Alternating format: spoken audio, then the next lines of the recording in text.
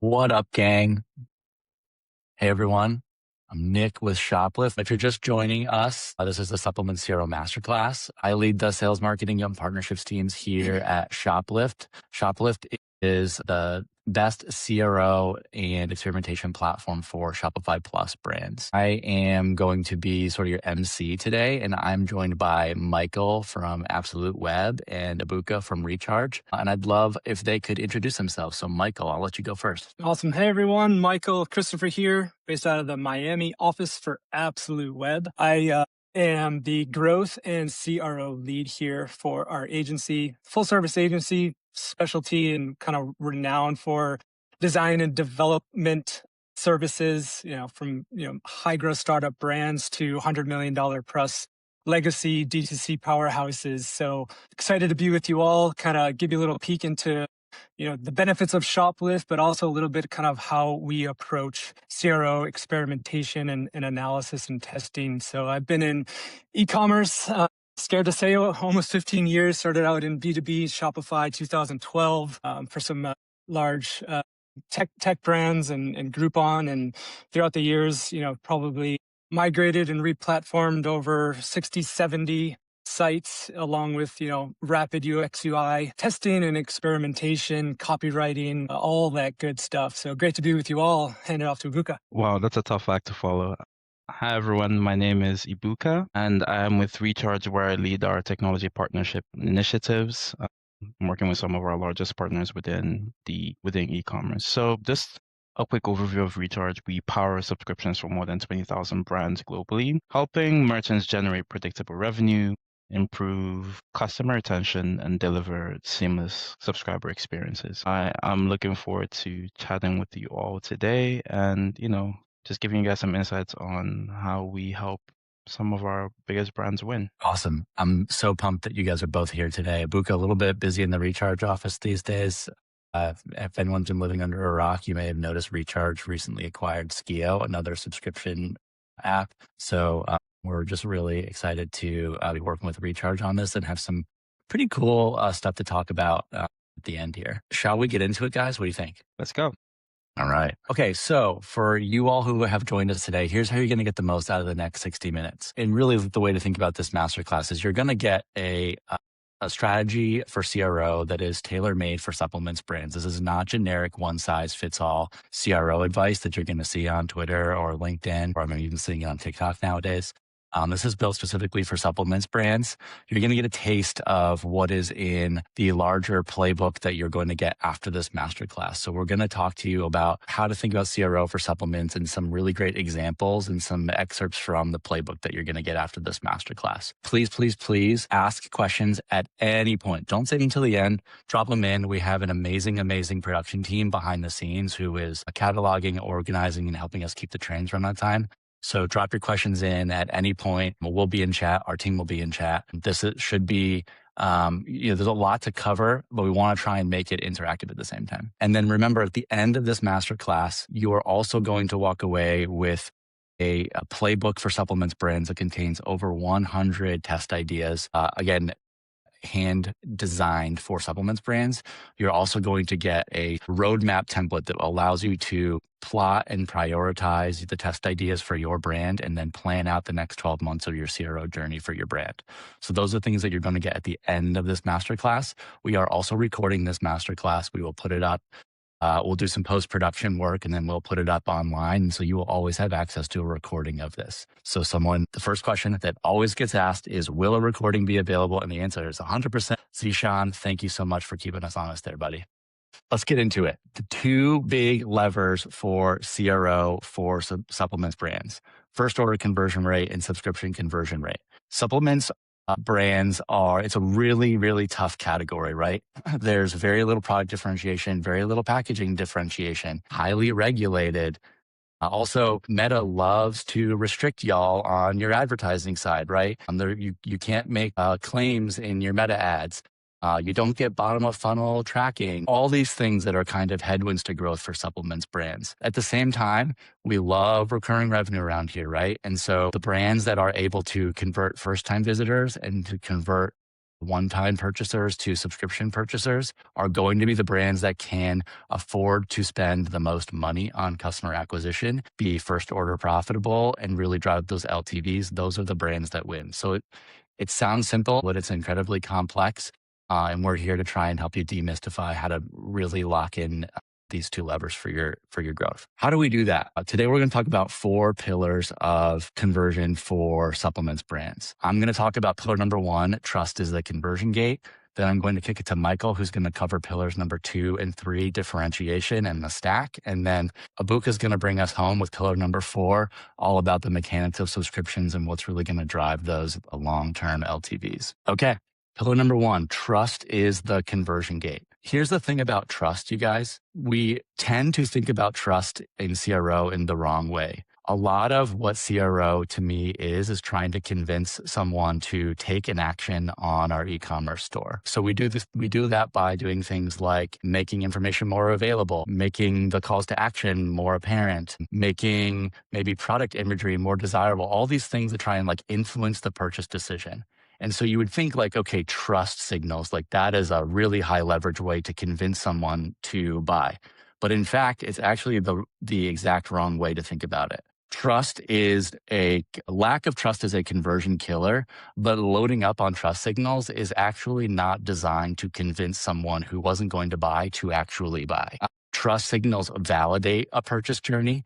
In fact, like you've already done the hard work to get someone who wasn't aware of your brand to your site. And the last thing that you want to do is essentially disincentivize them from buying because, I'm just not sure I can trust these things that I'm about to put in or on my body. So the right way to think about trust signals is actually as a purchase validator, making someone feel very comfortable and confident in clicking buy, but you're not going to convince someone who's really on the fence to convert via a trust signal.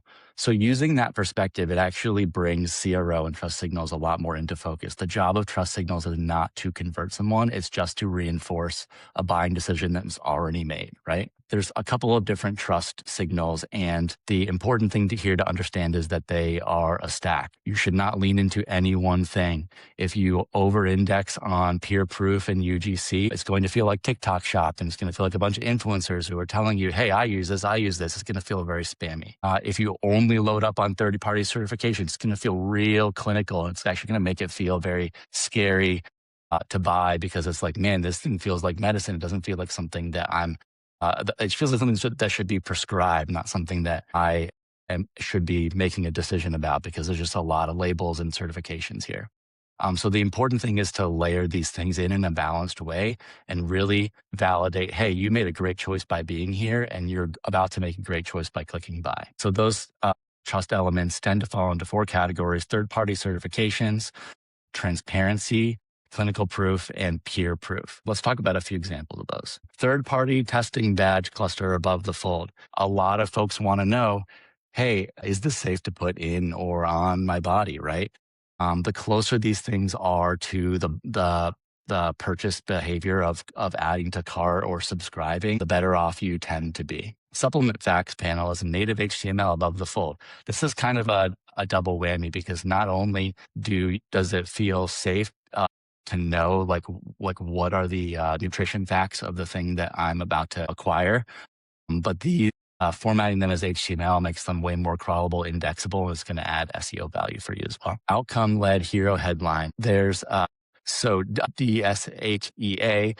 These are simply like it's an acronym. I've already forgotten what it means, but it's essentially an acronym for what you are and are not allowed to claim, clinically speaking, about your supplements. So I'm not telling you to kind of push the edges of what you're allowed to say or make false claims, but definitely help someone feel as though they understand what it's going to be like to utilize these supplements, and clinically dosed callouts with the study reference. These complicated names and complicated numbers and dosing and things like that on their own feel real scary, but when you pair them with some sort of evidence that there's clinical evidence that this is the correct dose, now all of a sudden you're making something feel very scientific, but also very unscary at the same time. I see the questions flying in, by the way, and I really, really appreciate it. So thank you, the team behind the scenes for managing all this stuff.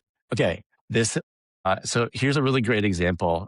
It's a little bit small, But the thing to take away about this example is, first of all, this is a massive supplements brand that we work with. What was really interesting about this is a few things. One, we tend to focus on the PDP when we're talking about trust signals. But this is actually a homepage test that performed extremely well.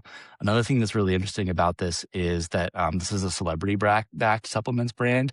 And this variant that has a lot more of the trust signals on it actually outperformed a different variant that had essentially like an athlete's face on it. And the third thing to take away from this is the stacking of the trust signals. There's 5-star reviews. There's clinicians' certification on it. There's social proof. There's even evidence in the micro copy on the homepage talking about the celebrity that backs this brand. And so these things layered together and just makes it feel infinitely safe to buy and go deeper. They're doing a ton of testing on the homepage right now. It's a super great team. But this one specific test had double-digit increases in conversion rate. So this is definitely a best practice and something to learn from. Okay, I'm going to next kick it over to Michael, and Michael's going to talk about pillar number 2, differentiation. Awesome. I love that clinicians call out, by the way, on that case study. We use that a lot as well. Really works. So pillar 2, differentiation, right? Lives in the people, not the product.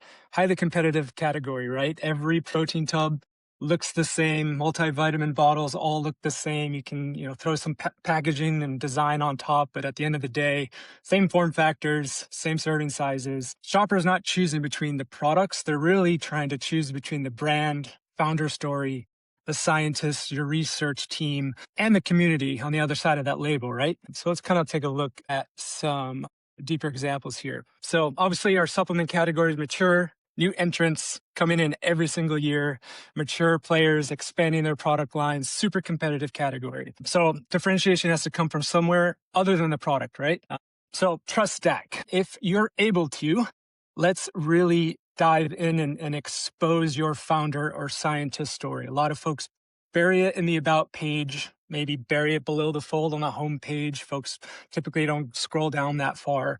How do we, kind of expose that closer to the purchase decision point? And that would be the, above the fold on the PDP, sometimes right within the buy box. Second opportunity here is lifestyle imagery, really showing real people using your products instead of plain Jane product shots on a white background or a pattern background.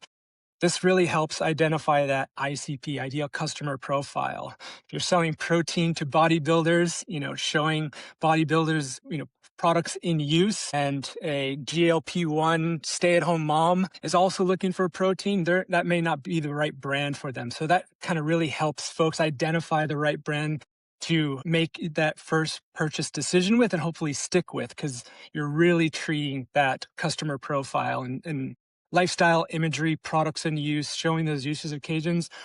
It's a real no-brainer to do, code-free, and with all the tools at our disposal. Even if you're a single founder brand, you can create these images in a weekend, right? A third opportunity here, cost per serving framing. It's pretty much standard at this point, but for folks that aren't doing it, it's an easy win here. So it's really removing that value equation and requirement for shoppers to do math, showing a $39 price point on a 30-day supply product. I'm now dividing by 30 and figuring out, hey, is this within my budget? Is this cheaper, more expensive than my current solution? Let's throw a little chip or a bubble right near the price and do that math for them. So that price per serving or price per day calculation, let's expose that and make it really easy for them to say, hey, this is cheaper than my protein, my energy drink, my coffee, spend per day. Makes a lot of sense. Let's not have the folks do math for themselves on your site. And then just audience-specific positioning, right? So it leans in a little bit to that lifestyle imagery, but copy and positioning and branding all should be cohesive to speak to that ideal customer profile. And it's going to help folks, create more events and more engagement on your site, feed that back to your pixels, and weeding out the folks that you're really not positioning your product line for. That flywheel over time is going to help your pixels and your ad platforms target those folks that really adhere to what you're displaying and they're engaging with on the site. So at the end of the day, clinically dosed, third-party tested, best ingredients in the world is really table stakes. Everyone says that about their products. What is going to set your brand apart is that named founder, scientist, kind of research-backed team that's producing the products, that lifestyle context with that ICP, that price framing, and that audience claim all speak together and kind of flow together cohesively. And that's the goal there. So we can get to our next slide. So some examples here, that named founder, scientist, or athlete on the PDP here. So promoting that person away from that about page, let's pull them out and expose them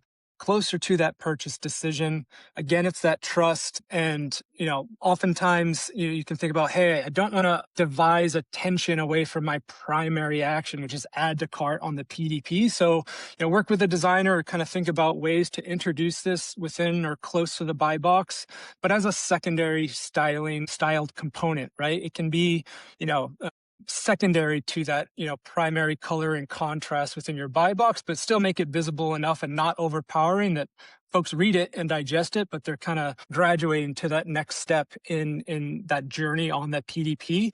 But this works a lot. And folks oftentimes are not clicking about, not getting all the way down on your homepage. So let's do it everywhere until we realize we no longer need it. But oftentimes it is a best practice here. Good example here.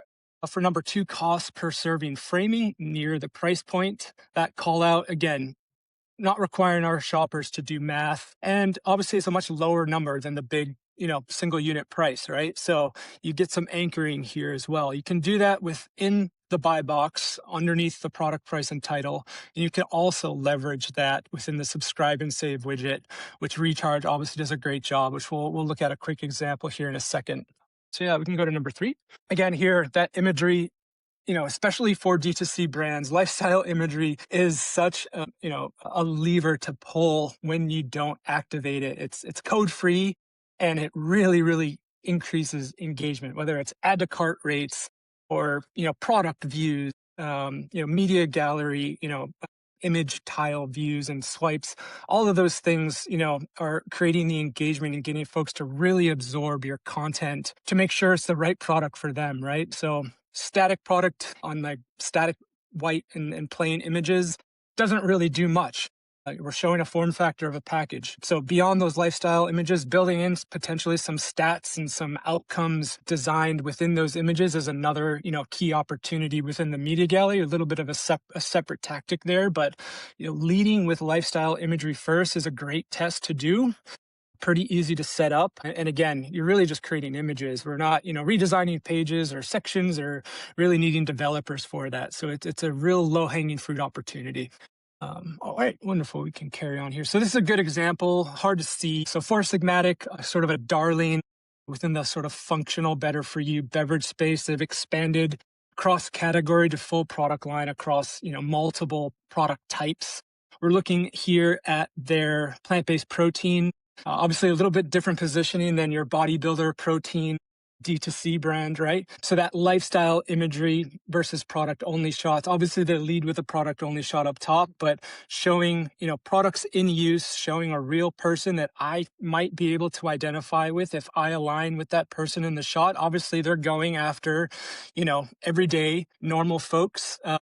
Showing in their kitchen, showing, how to potentially mix the product and enhance it with fresh fruit. Like those are things that seem, obvious, but we can't assume that the shopper has the same perspective as we do, with the intimacy we have within our category and our shoppers. So let's show it. And again, folks that are really looking for, maximum performance and high protein content for bodybuilding and stacking, this may not be, the brand for them. Whereas alternately, if that mom at home is on the wrong site, shopping for a high performance protein, and then they finally discover Four Sigmatic, speaking more to their lifestyle. Again, that trust is just another trust factor to kind of proceed to that next step of objection handling and hopefully adding to cart there. So the North Star metrics here, revenue per visitor, that's oftentimes the case. That win is, holding through to revenue, not just the add to cart rate, right? So we kind of look at both. While add to cart rate is a good secondary close follow metric for these image tests, Some secondary metrics or diagnostic metrics here would be that gallery engagement, kind of flips through, swipes, etc. Scroll depth, past, below the fold. Time to add to cart, right? That consideration phase before they take that primary action. And then retention and return rates. So those lifestyle images can, inflate expectations. So let's make sure they're coming back and repurchasing. And if not, maybe our imagery or our claims and kind of stats and positioning was a little, too advantageous. Let's kind of target in there. So some really good testing. You can isolate this to your top product. It gets the most traffic. You can do this across your whole product line if it's, small enough. If you've got hundreds of SKUs, obviously, I think typically we approach this from your top 5 best products with the most traffic. So we can actually get a test to kind of at least reach some sort of statistical significance. And then we would roll it out across the rest of the products there once it's proven. So yeah, that's Four Sigmatic. Another example, again, wonderful brand here, is price per serving. If you check out their live site, they do a great job leveraging the recharge, subscribe, and save widget, which you will see total price with an immediate price per serving call out right below that strike through and offer price in the subscribe and save widget. So subscription opt-in rate for this use case would be that primary metric. If we're doing this without subscriptions, it would be, a conversion rate, add to cart rates, et cetera, from the PDP. North Star metrics is, again, RPV. We always look at RPV despite our secondary, more specific metrics for that given surface. Subscriber, outlasting that first cart, that first purchase order is obviously always our goal with supplements. So, that performance and analytics readout, must credit and measure that cohort value, not just that first order, as most of us are likely not first order profitable unless we've done a lot of hard work to get there at this point. So great opportunity here. Some secondary diagnostic metrics here, AOV on subscription orders, one-time order to subscription order switch rates or upgrades there. Again, add to cart rate overall. And then early subscription and cancel rates. Our folks taking advantage of that discounted first order just to get, a cheap product in, and then they bounce and cancel and they're off to find their next deal.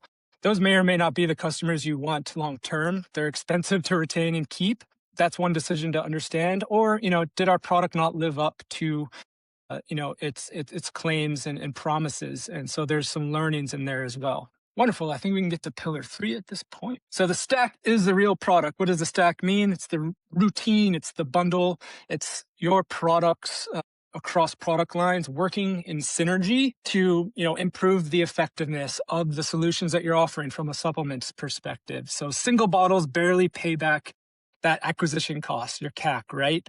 Typically, you're looking at second and third order profitability when they're only ordering single units and when your AOV reflects that, 1 to 1.5 units per transaction for new visitors. The goal here is to, be as efficient as possible and increase AOV and trial within that first visitor order. That's oftentimes if they do convert, it's their highest moment of trust. So can we attach some other products with a discount or an incentive, obviously, to expand, the product mix and improve the potential effectiveness of the products together versus a single solution that may or may not benefit from stacking here. So pretty common approach here in the way that shoppers search and shop for supplements.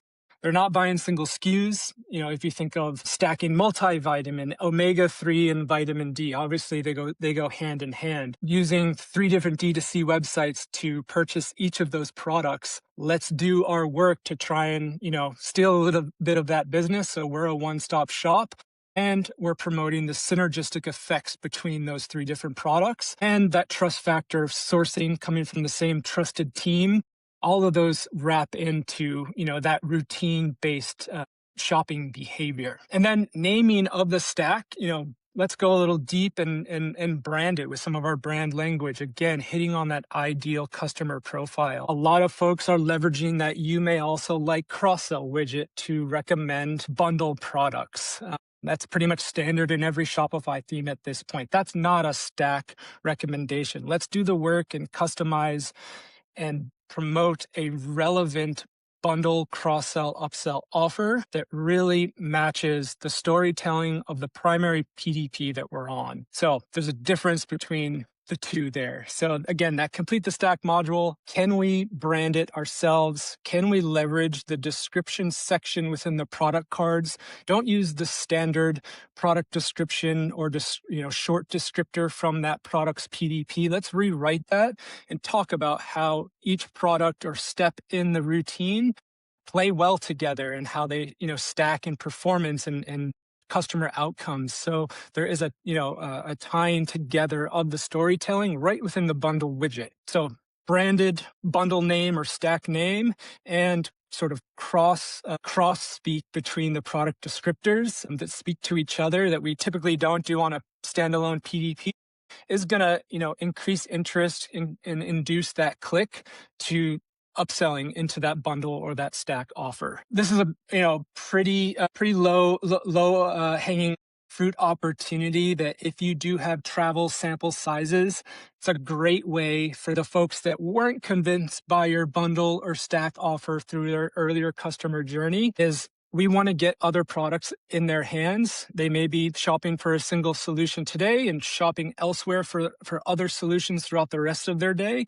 Let's attach a free sample with a cart threshold to get a different product in their hands.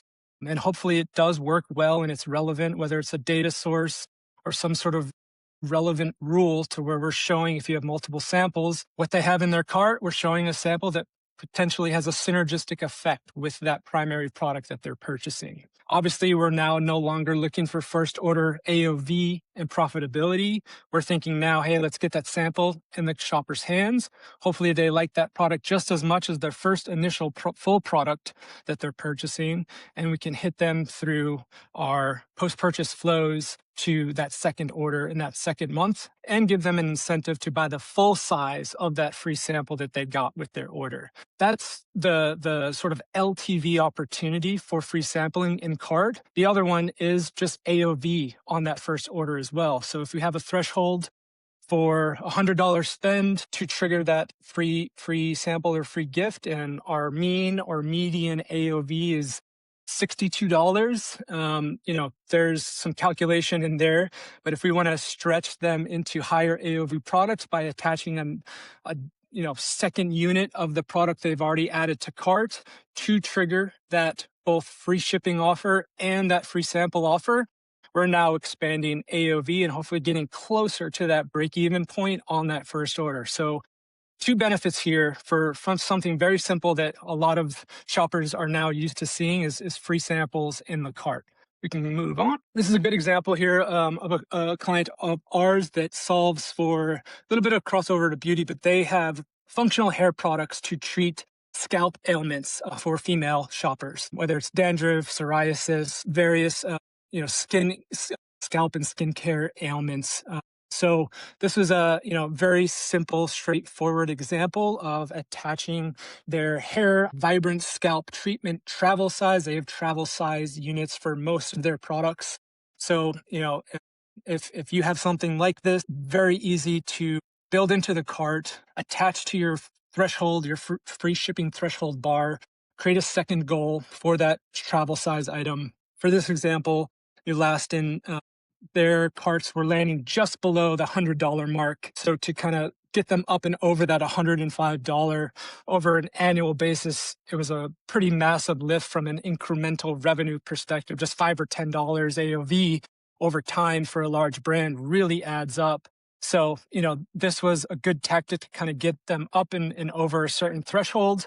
Once they've met that free shipping goal, that second goal, giving them a little indicator if they haven't reached that second goal, you're $14 away, you're $5 away. You can bring in a little, upsell widget right in the cart for low dollar items, $10, $15 and below, accessories, whatever it may be. So we don't leave the cart to add something to get to my travel size gift, a gift with purchase there. So some core metrics here.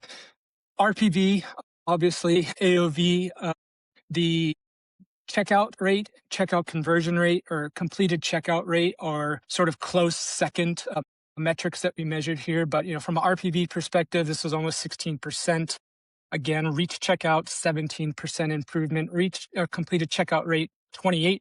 And even checkout conversion rate, even though it's the next subsequent step, and the checkout page, it does a lot to, manage whether they convert or not on checkout page, but it definitely could have sort of worked downstream in that final step as well. So it's pretty straightforward and easy, but it does have pretty dependable incremental lift, outcome. So I think that might be it. Is there one more? Yeah, I'll hand it over to Ibuka. Thank you so much. Yeah, so I'm going to speak about subscription mechanics and how they help decide the category. So in most categories, you find that subscription is a retention feature that adds a few points of LTV. In supplements specifically, subscription is the best business model. So brands that win in this category aren't necessarily the ones with the best products. They just have the best subscription mechanism. So when you look at brands who are attaching 50+% of subscription, they've tested every variable imaginable inside the offer. So they've tested the default selection, they have moved around the toggle placement, the discount level, the frequency, each one in its own test. And the right answer really depends on the SKU type. So we find that daily use products like vitamins or proteins and greens perform the best at 10 to 15% discounts because convenience is the value there. For occasional products like sleeping aids or immunity boosters, we also see that you need 20 to 25% to convert subscribers. So there's also a discount trap. Higher discounts will lift the attach rates, but it will attract deal seekers. And deal seekers tend to cancel before the second shipment. And lower discounts will attach less, but they will retain better. So the right number is the one that maximizes LTV. So most brands will set the discount once at launch and never touch it. The brands that test it are leaving the deal seekers and they're keeping the lifers. There's also replenishment timing. So the most underrated retention variable in supplements. A daily multivitamin that runs out in 30 days, for example. A protein tub that finishes in 30 to 45 days. I realize we use protein tub as an example here more than once. The moment between cycles is where brands start to lose subscribers to competitors. So brands that test cadence and test the next shipment, 3 to 5 days before the run out time, lift first renewal retention by 15 to 20% without even touching the product. So there's a couple of tests for this pillar. No, a good one is subscribe and save default selection. So this is the single most important test in the entire pillar. When defaulting to the product page to subscribe and save, the attach rate is seen at between 20 to 40% over defaulting to one time. So most of the brands default to one time because they're worried about deal seekers. They're leaving the lifers behind. So when we run this test on top of 5 daily SKU users, watch the attach rate move from 1 to 2 weeks. Within 1 to 2 weeks generally. And another test for this also is the discount level by SKU type. The biggest mistake supplement brands make on subscription pricing is setting one discount and applying it to everything. So daily use products and occasional products can convert subscribers at very different price points. So test the right discount for each SKU type and measure the first renewal retention and not just the attach rate. A discount that lifts the attach but drops the first renewal is a discount that's training your shoppers to cancel. And for the third test is replenishment cycle cadence. The cycle between shipments is where retention happens or it doesn't. Time the next shipment 3 to 5 days before run out, not on a calendar default. Use the actual consumption data to set the cadence per SKU.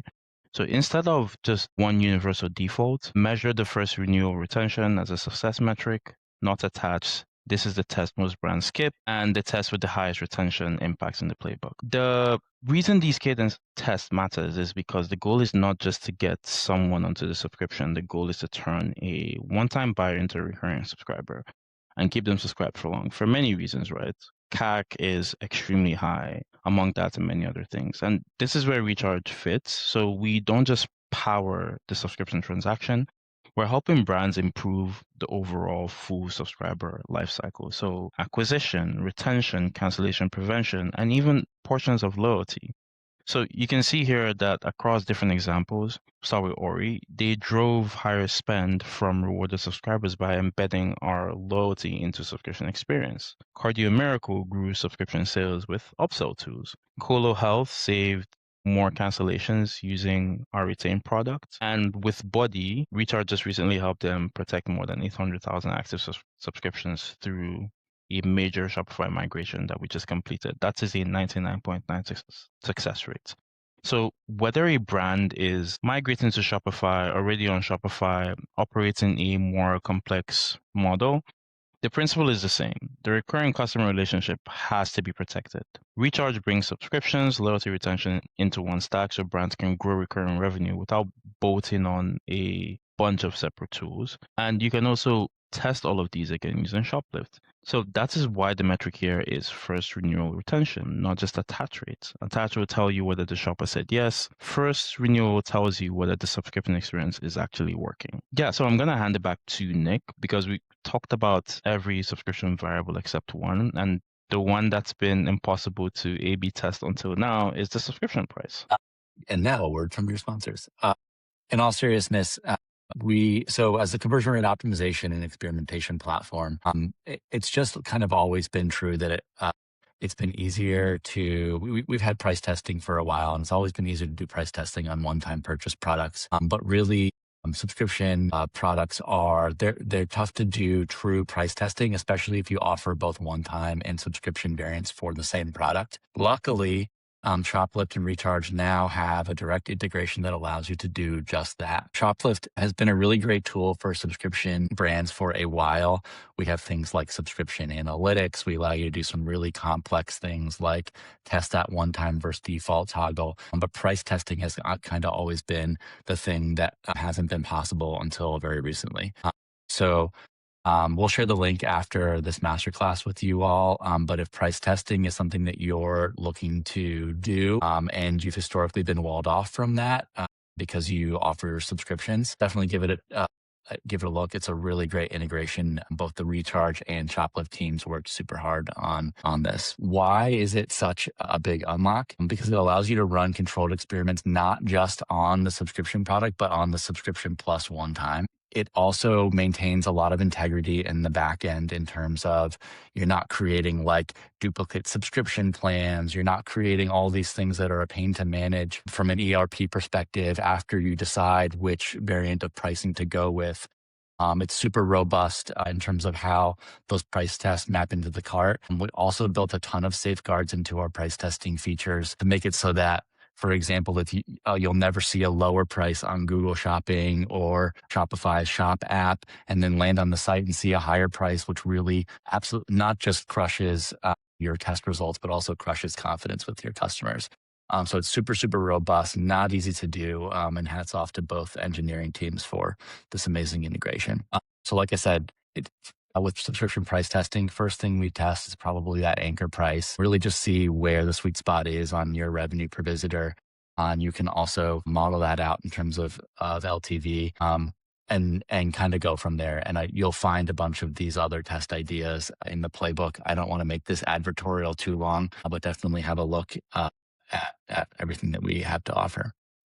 Okay, so that's sort of the core component of the masterclass for today. Hopefully by now you've got some really cool ideas in your head about where to take your supplements conversion rate optimization program. Now we're going to talk to you about how to actually implement it in real life. So here's how to turn it into a 12-month plan. The supplement category has a natural testing calendar to it. You have busy periods, you have slow periods, your products have seasonality. If they're more orientated towards health and wellness, you're going to see spikes in the warmer weather months. And so depending on what time of year it is, you're actually going to want to test different things. You're not going to want to test the same thing year round. You actually need to lean into that seasonality, which, by the way, is that generic CRO advice is keep chipping away at the exact same thing year round.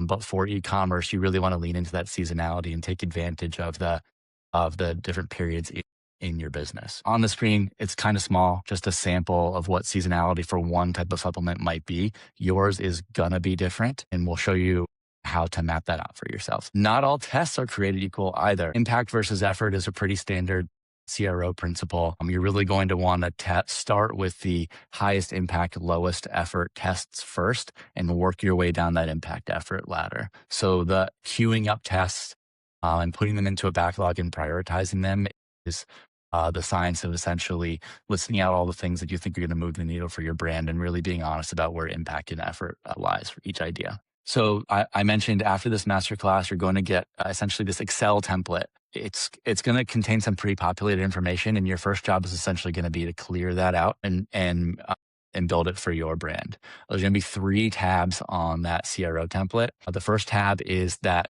testing roadmap. This is where you're going to map out the seasonality and begin to place tests into each month that are going to be the things that you want to test, leaning into the seasonality of your business. The second tab is a test backlog, where you're going to take all the ideas that you have a lot of conviction in, score them on impact and effort, theme them, and those are going to be the things that you move into that first tab of the template. And then the third tab is essentially a README. In case you don't have this masterclass recording handy, this is going to tell you how to use the whole thing. There is a feature on the Shoplift roadmap that is launching on Tuesday that is going to allow you to actually do a lot of the backlog creation and planning out of your tests by theme. We call them campaigns.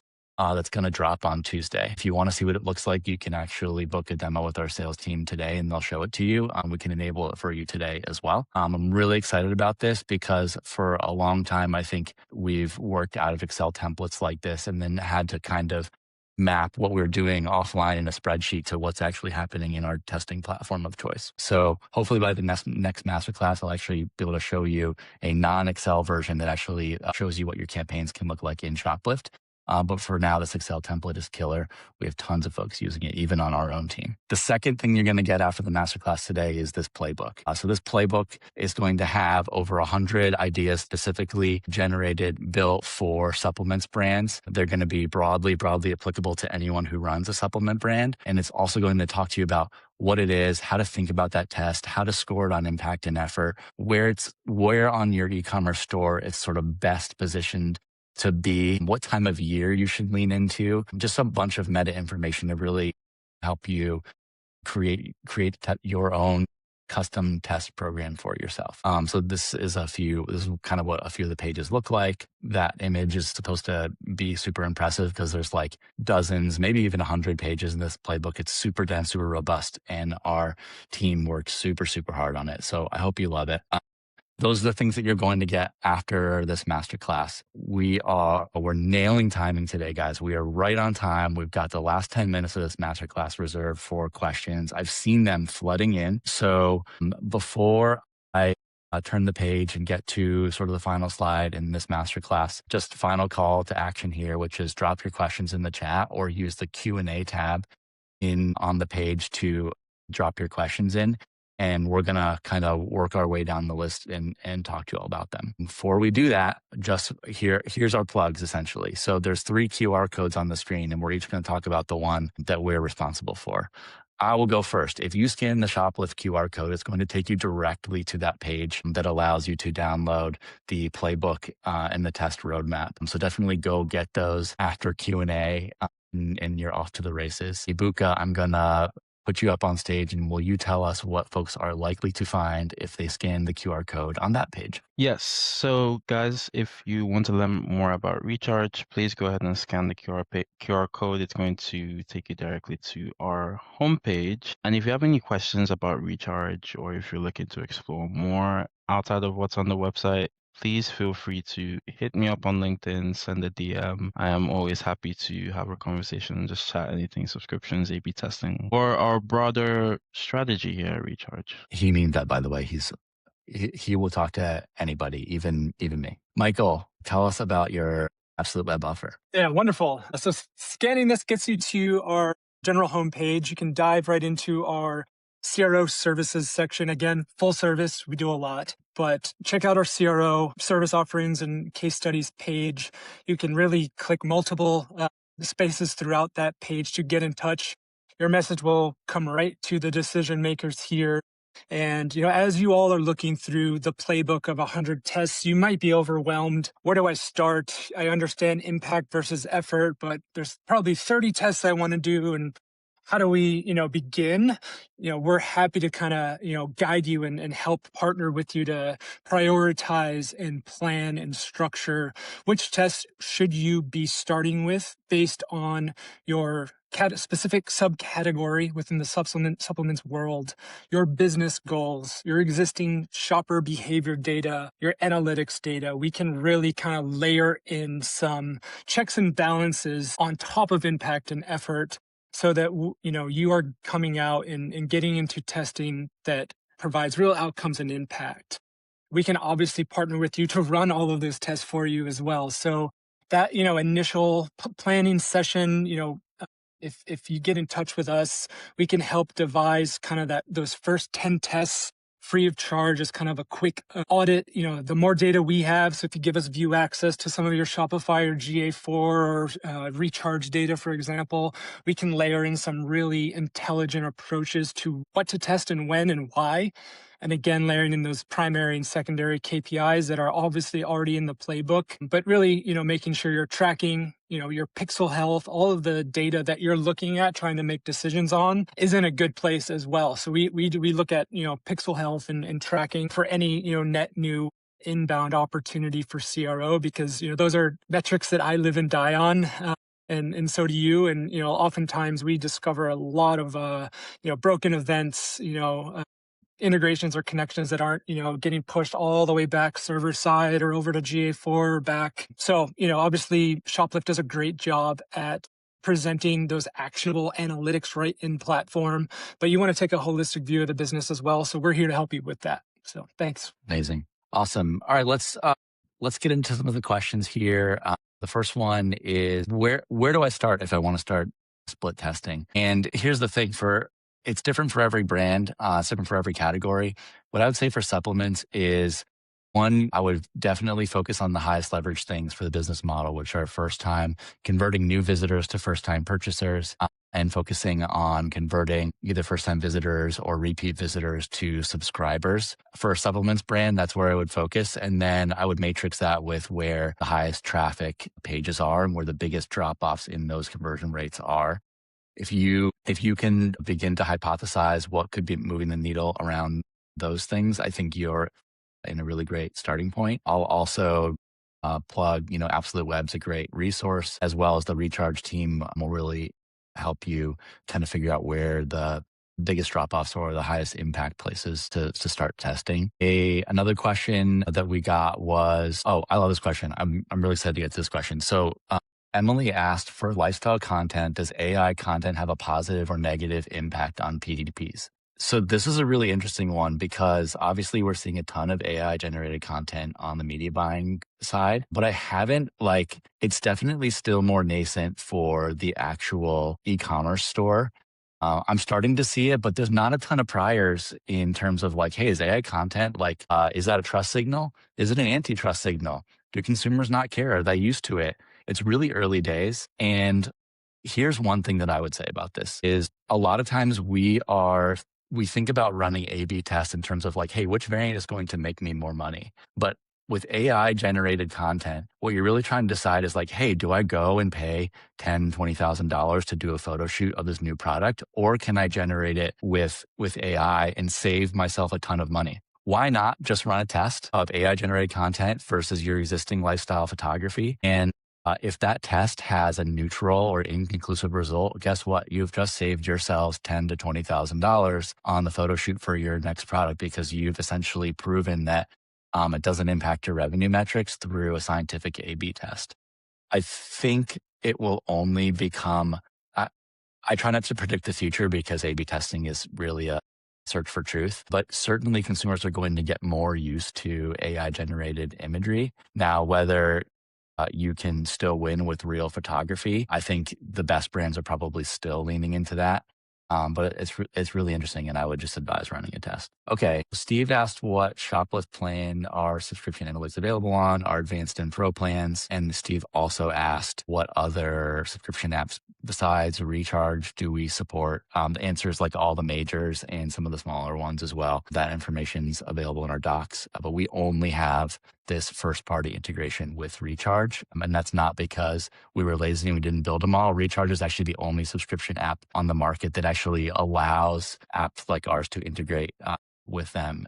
So we prioritize the integration because it was going to be a great experience for y'all. And Steve, if you want to discuss moving off of whatever platform that you're on, please, again, I'm gonna drop my link in the chat again. Okay, I'm sorry, I'm jumping around here because we're coming up on time. Sorry, Please, Greg Ibuka. Greg asked the question, and I just want to answer that very quickly. So he says we're not in supplements, but rather better for you foods. They tend to be more of an impulse consumption and not a routine regime. How to maximize our subscribe and save retention and maximize churn. Okay, so first I'll fix the subscribe by accident issue. So make the subscribe option very clear. Show the delivery cadence, savings, and make the URL subscribing language very clear near the buy button. So this might reduce your attach slightly, but what it will do is it will improve retention across the board because fewer accidental